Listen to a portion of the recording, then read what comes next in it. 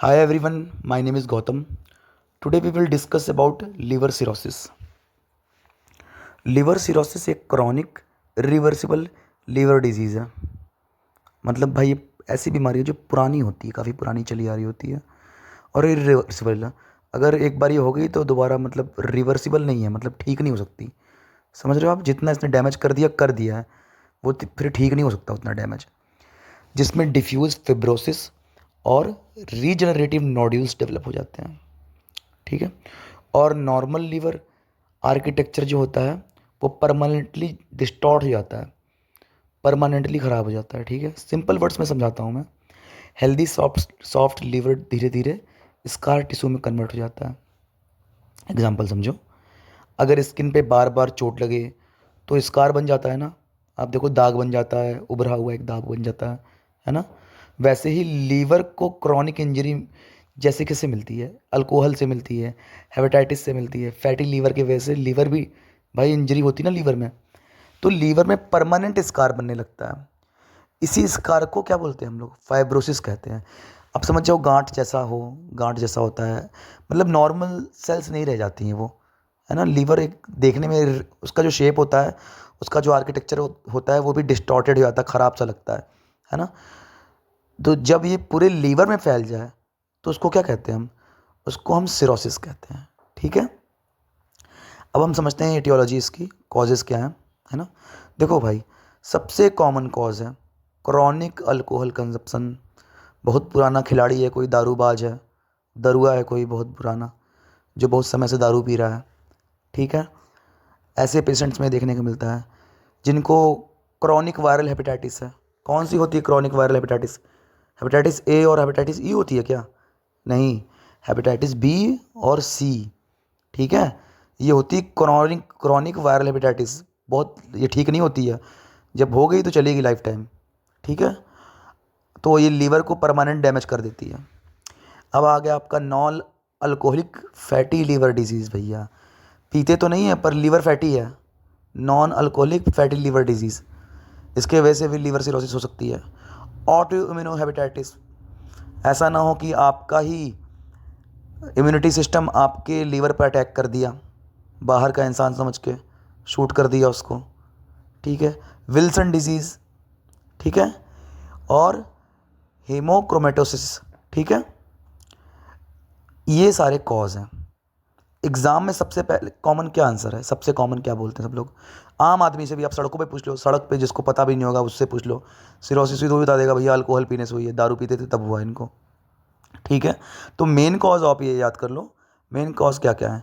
Chronic alcohol consumption, chronic viral hepatitis B and C, non alcoholic fatty liver disease, autoimmune hepatitis, Wilson disease और haemochromatosis.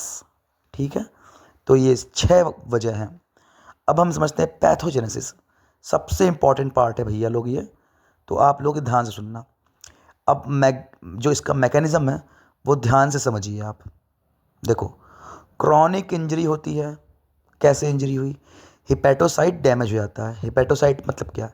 Hepato मतलब liver, site मतलब sales, मतलब liver की sales क्या हो जाएंगी भैया? वो डैमेज हो जाएंगी। डैमेज हिपेटोसाइट्स जो होती हैं वो क्या करती हैं? इन्फ्लामेटरी मीडिएटर रिलीज़ करती हैं।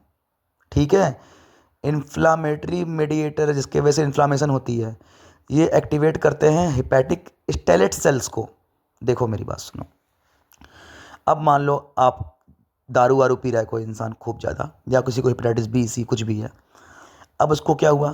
क्रॉनिक इंजरी होती है। आपको पता ही होगा वर्ड एक्यूट क्या होता है, क्रॉनिक क्या होता है। एक्यूट मतलब अचानक से, सडन। क्रॉनिक जो पुराना चला आ रहा हो। तो जो हेपेटोसाइट है वो क्रॉनिक तरीके से डैमेज हो रही है, काफ़ी टाइम से डैमेज होती रही। तो जब वो डैमेज होती रही हेपेटोसाइट से, लीवर की सेल्स जो थी, तो वो इन्फ्लामेटरी मीडिएटर्स रिलीज़ करती थी। ये क्या करते थे? ये एक प्रकार की स्पेशल सेल होती है भैया, हेपेटिक स्टेलेट सेल्स, उसको एक्टिवेट करते हैं। देखो, नॉर्मली जो स्टेलेट सेल्स होती हैं वो क्या करती हैं? वो विटामिन ए को स्टोर करती हैं। पर अगर लीवर में इंजरी हो गई तो ये क्या करेंगी? ये कोलाजन प्रोड्यूस करती हैं। समझ रहे हो? देखो, नॉर्मल स्टेलेट सेल जो होती हैं, STELLATE स्टेलेट सेल्स, ये क्या करती है, विटामिन ए को स्टोर करेंगी। पर अगर लीवर में इंजरी हुई है, लीवर सिरोसिस है, विटामिन ए को जो स्टोर करती थी वो क्या करने लग जाएगी, कोलाजन बनाने लग जाएगी। अब क्या करेगा, कोलाजन क्या करेगा, डिपॉजिट होता है। अब देखियो हमारे स्किन पे जो होता है बाउंस आता है, जो स्कार बनते हैं, जो घाव भरने में मदद करता है, वो क्या होता है, कोलाजन ही होता है।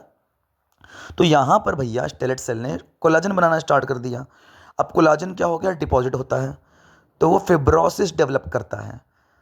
ठीक है, फिब्रोसिस के ब्रिजेस बना देता है, और पोर्टल एरिया और सेंट्रल वेन के बीच में, भैया समझे, जो पोर्टल एरिया है और सेंट्रल वेन से उसके बीच में ये फिब्रोसिस के ब्रिज बना देता है।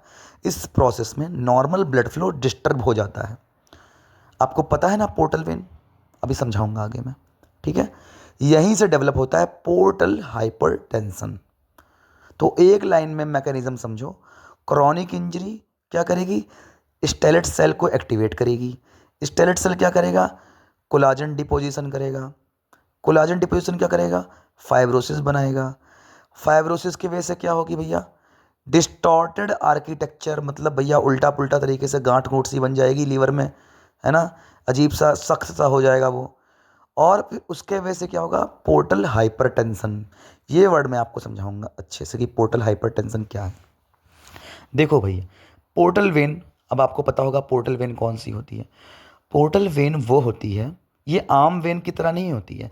आम वेन क्या करती है, जो अदर वेन्स होती हैं, नॉर्मल वेन्स जो होती हैं, वो ब्लड को इकट्ठा करके डीऑक्सीजनेटेड कहाँ लेके जाती हैं, वो सीधे हार्ट के पास लेके आती हैं, सिस्टमिक सर्कुलेशन में लेके चली जाती हैं हार्ट के पास। पर पोर्टल वेन क्या करती है, पोर्टल वेन जो होती हैं वो स्टमक से, इंटेस्टाइन से, गॉल ब्लेडर से, पैंक्रियास से, विभिन्न विभिन्न अंगों से क्या करेगी, डीऑक्सीजनेटेड ब्लड तो लेके आएगी, पर रिच इन न्यूट्रिएंट्स, उसमें न्यूट्रिएंट्स बहुत सारे होंगे, और वो हार्ट के पास लेके नहीं जाएगी, पहले लीवर के पास लेके आएगी, ताकि लीवर क्या करेगा, प्रोसेस करेगा उसको और डिटॉक्सिफिकेशन करेगा। ठीक है, डिटॉक्सिफाई कर देगा उन चीज़ों को। पर अब हाँ, एक और चीज़, पोर्टल वेन आती कहाँ से है, पोर्टल वेन बनती है किसके पीछे, पैंक्रियाज के पीछे। कैसे बनती है, जो स्प्लीनिक वेन होती है, स्प्लीन की वेन, उससे और सुपर मिजेंट्रिक जो होती है वेन, उन दोनों जब जुड़ती हैं, ये सारी जुड़ के तब क्या बनाती है, पोर्टल वेन बनाती हैं। अब क्या हुआ, देखो अब हम पढ़ते हैं क्लिनिकल फीचर्स इस चीज़ की। ठीक है, तो अर्ली स्टेज में पेशेंट क्या होता है, एसिम्टोमेटिक हो सकता है, पता ही नहीं चलेगा भैया उसको क्या, सिम्टम्स ही नहीं आएंगे, है ना। जैसे जैसे बीमारी बढ़ेगी, डिजीज़ जो है वो प्रोग्रेस करेगी, तो क्या होगा, फटीग होगा, मतलब फटीग होगा, वीकनेस होगा, जॉइंडिस होगा उसको, लॉस ऑफ एपेटाइट, भूख लगना बंद हो जाएगी, वेट लॉस भी हो जाएगा भैया उस पेशेंट का। न्यूट्रिएंट्स भाई प्रोसेस ही नहीं हो रहे हैं अच्छे से, एब्जॉर्ब ही नहीं होंगे भैया, तो फिर वेट लॉस तो होना तय ही था। हम्म? अब आता है पोर्टल हाइपरटेंशन के साइंस, देखिए क्या क्या होते हैं। अगर किसी को पोर्टल हाइपरटेंशन है, पहली बात सुन लो, पोर्टल हाइपरटेंशन का ऐसा मामला है कि देखो, जब फाइब्रोसिस हुई, मांस उल्टा सीधा हो गया, जगह बची नहीं, तो जो वेन्स थी वो दब गई, जो लीवर की वेन्स थी। अब क्या हुआ कि जब तो लीवर की वेन बंद हो गई, दब गई अच्छे से भैया, ब्लड फ्लो रुक गया, रेस्ट्रिक्ट हो गया, तो अब खून ने दूसरा रास्ता ढूंढ लिया जाने का, बाईपास ढूंढा। मान लो आपने भाई कहीं से जाना है किसी जगह पर, एक मान लो आप दिल्ली से फरीदाबाद जा रहे हो एक हाईवे से। अब अगर मान लो वहाँ ट्रैफिक लगा हुआ है, रास्ता बंद हो गया, रिस्ट्रिक्टेड हो गया, तो आप कहीं और से घूम के जाओगे ना, किसी गांव के रास्ते से, या बाईपास के थ्रू सोचोगे कि किस तरीके से फरीदाबाद पहुँच जाए, है ना। इसी तरीके से तो ब्लड अपना एक दूसरा रास्ता ढूंढता है। तो भैया वो जो दूसरी वेन्स हैं वो पतली होती हैं, मोटी वेन्स तो है नहीं, तो जब वहाँ से ब्लड फ्लो करेगा तो वहाँ पर हाइपरटेंशन, प्रेशर बढ़ जाएगा, वो फूल जाएंगी, समझ रहे हो, जो वेन्स हैं वो फूल जाएंगी, फूलेंगी तो पेट में अम्बलाइकस रीजन से वो रेडिएट होती दिखाई देंगी, रेडिएट होती हुई दिखाई देंगी। ठीक है, तो हमें वो, इसको एक साइन इसको बोलते हैं कैपिट मेडुसा। कैपिट मतलब सर, मेडुसा एक मिथोलॉजिकल करेक्टर था, जिनके जो बाल थे वो सांप की तरह थे, उनके जो बाल थे वो सांप की तरह थे। तो सांप की तरह आंत लगती है, तो उसे हम बोलते हैं क्या, उसको हम बोलते हैं कैपिट मेडुसा, मतलब वो रिजेंबल कर रही है, मेडुसा के बाल की तरह लग रहा है, जो हमारे पेट में वेन्स जो फूली हुई हैं, फूली हुई दिखाई देंगी, कभी आप पेशेंट देखना क्लिनिकली, तो इसको हम कैपिट मेडुसा कहते हैं। अब देखो, एसाइटिस है, पेट में पानी भर जाएगा भाई अगर किसी को पोर्टल हाइपरटेंशन हुआ है तो। स्प्लीनोमेगैली हो जाएगी, उसकी स्प्लीन की साइज बढ़ जाएगी। वेरिसेस हो जाएंगे। वेरिसेस मतलब क्या? देखो, वेरिसेस मतलब होता है डायलेशन, वेन का डायलेशन। वेन फूल गई है। फूली क्यों है? क्योंकि वेन तो पतली थी भाई, जो दूसरी वेन्स थी, वहाँ पर खून प्रेशर बढ़ गया खून का, वो फूल गई, वो फट भी सकती हैं। ये रिस्की होता है, अगर फट गई तो ब्लीडिंग हो जाएगी, ठीक है ना। सबसे ज़्यादा ईसोफेगस में फटती हैं, गले में। ईसोफेगल वेरिसेस बोलते हैं इसको, ब्लीडिंग होती है, ठीक है, और ये इमरजेंसी होती है। अब देखो क्या हुआ। एसाइटिस का मैकेनिज्म सिंपल है। पोर्टल प्रेशर बढ़ता है, एल्ब्यूमिन कम होता है, फ्लूइड एब्डोमेन में कलेक्ट हो जाता है, ठीक है। इससे ज़्यादा मत जानो, समझे। अब देखो कॉम्प्लिकेशंस क्या है, ये भी भैया बहुत इंपॉर्टेंट, इसको रख लो समझ के। मेजर कॉम्प्लिकेशंस हैं, पोर्टल हाइपरटेंशन होगा, एसाइटिस होगा, ईसोफेगल वेरिसेस, देखो मैंने पहले बताया था आपको, ब्लीडिंग का रिस्क होता है, फट सकती है भाई ना।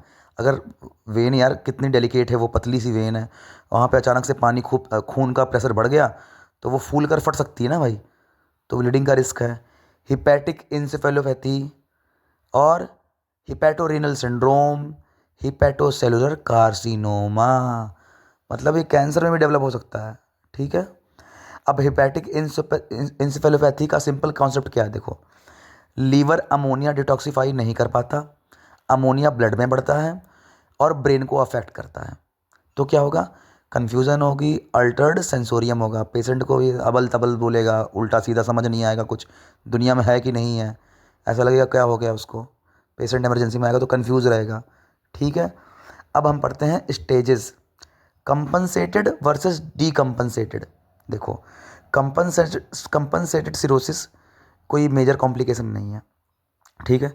पर अगर डीकम्पनसेटेड सिरोसिस है, इसमें एसाइटिस होगा, वेरिसील ब्लीड होगी, इंसेफेलोपैथी होगी, है ना।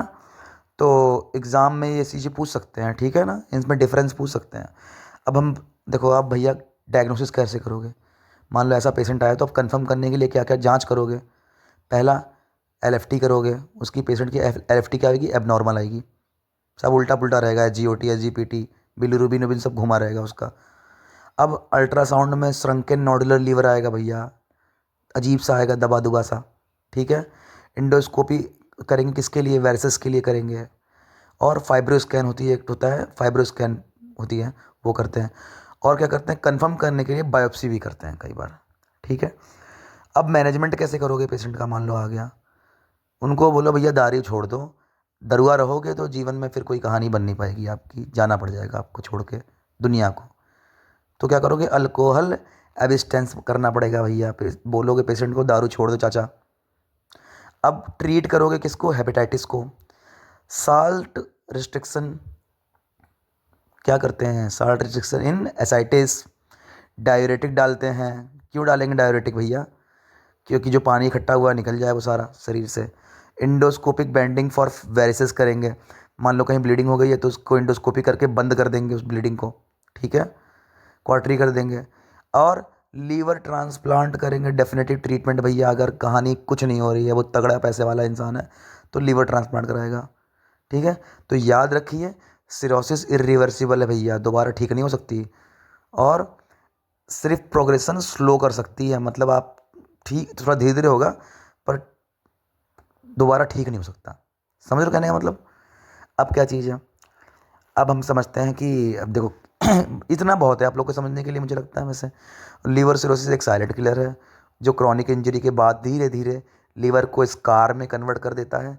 अर्ली रिकॉग्निशन और कॉज कंट्रोल ही सबसे बड़ा ट्रीटमेंट है इसका, दारू वारू छोड़ो, ठीक है। तो अपना ध्यान रखो, नशे वगैरह नहीं करने हैं। मुझे लगता है आपको समझ आ गया होगा, ठीक है बच्चों, टेक केयर।